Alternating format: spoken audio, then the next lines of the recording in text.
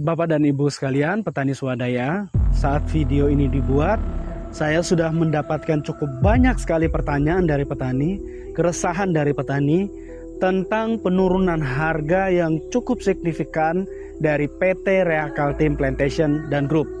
Setidaknya bagi anggota Koperasi Belayan ada tiga pabrik yang menjadi suplai TBS kami. Cakra Oil Mill, Satria Oil Mill, dan Perdana Oil Mill.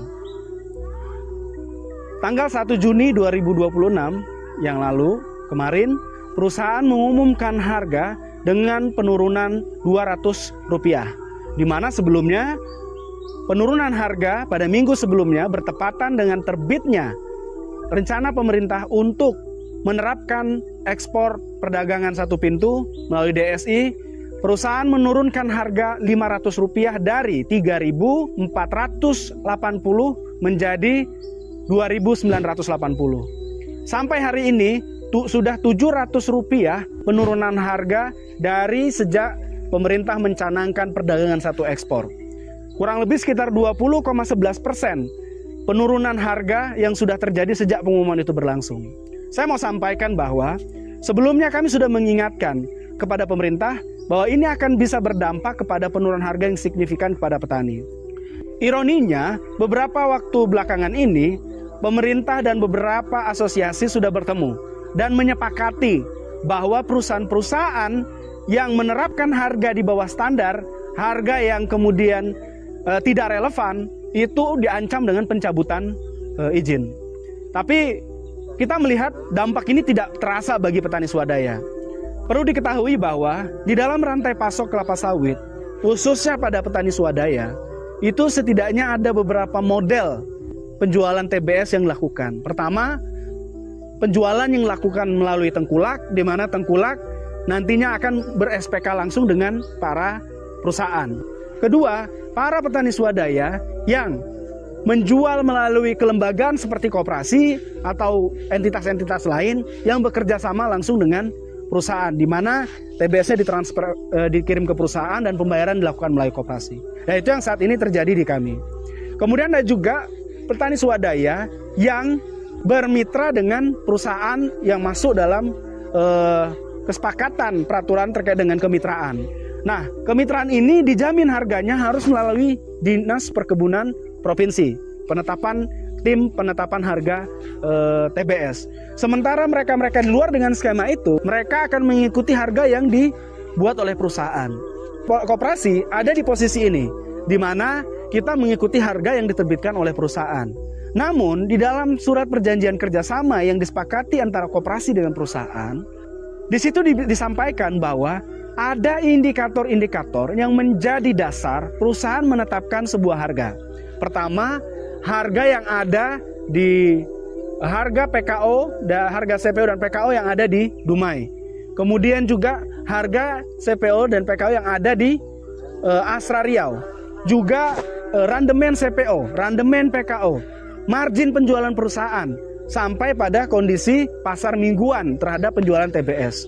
Kami melihat bahwa indikator-indikator ini tidak pernah dijelaskan secara transparan dan akuntabel. Minimal menjelaskan data-data berapa harga CPO sekarang, berapa harga PKO sekarang, berapa randemen mingguan kita, berapa margin perusahaan. Ini harus dijelaskan sehingga tidak menimbulkan kecurigaan di level petani. Oleh karena itu, ironinya di tempat lain kami melihat di beberapa daerah di sekitar kami justru harga tengkulak itu lebih besar daripada harga yang diberikan oleh perusahaan kepada koperasi yang bermitra, dalam tanda kutip mitra jual beli.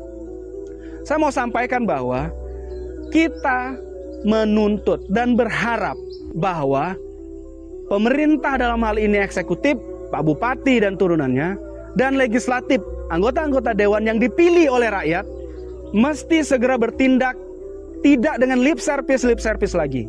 Lip service yang kami maksud seperti apa?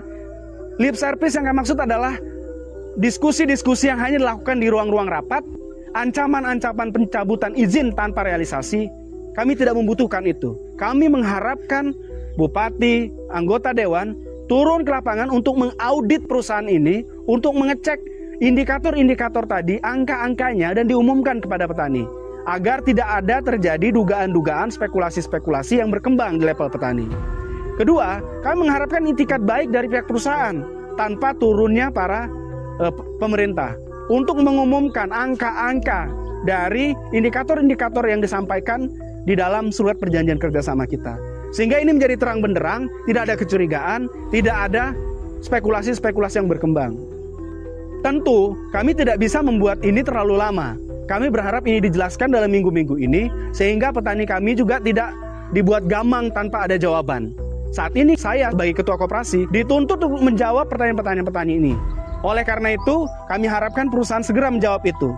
Kalau selambat-lambatnya hari Sabtu, tanggal 6 Juni 2026, perusahaan tidak memberikan jawaban atas ini, kami akan melakukan aksi demonstrasi damai di depan pabrik untuk menuntut perusahaan menyampaikan ini secara langsung kepada petani. Itu saja pesan yang kami sampaikan. Kami meminta seluruh petani swadaya di tempat lain juga melakukan hal yang sama, agar kita tidak dibuat terkatung-kantung tanpa transparansi yang jelas dalam regulasi yang digulirkan oleh pemerintah. Itu saja pesannya. Salam petani swadaya, terus berjuang dan jangan pernah menyerah. Pastikan seluruh petani swadaya harus sejahtera. Terima kasih.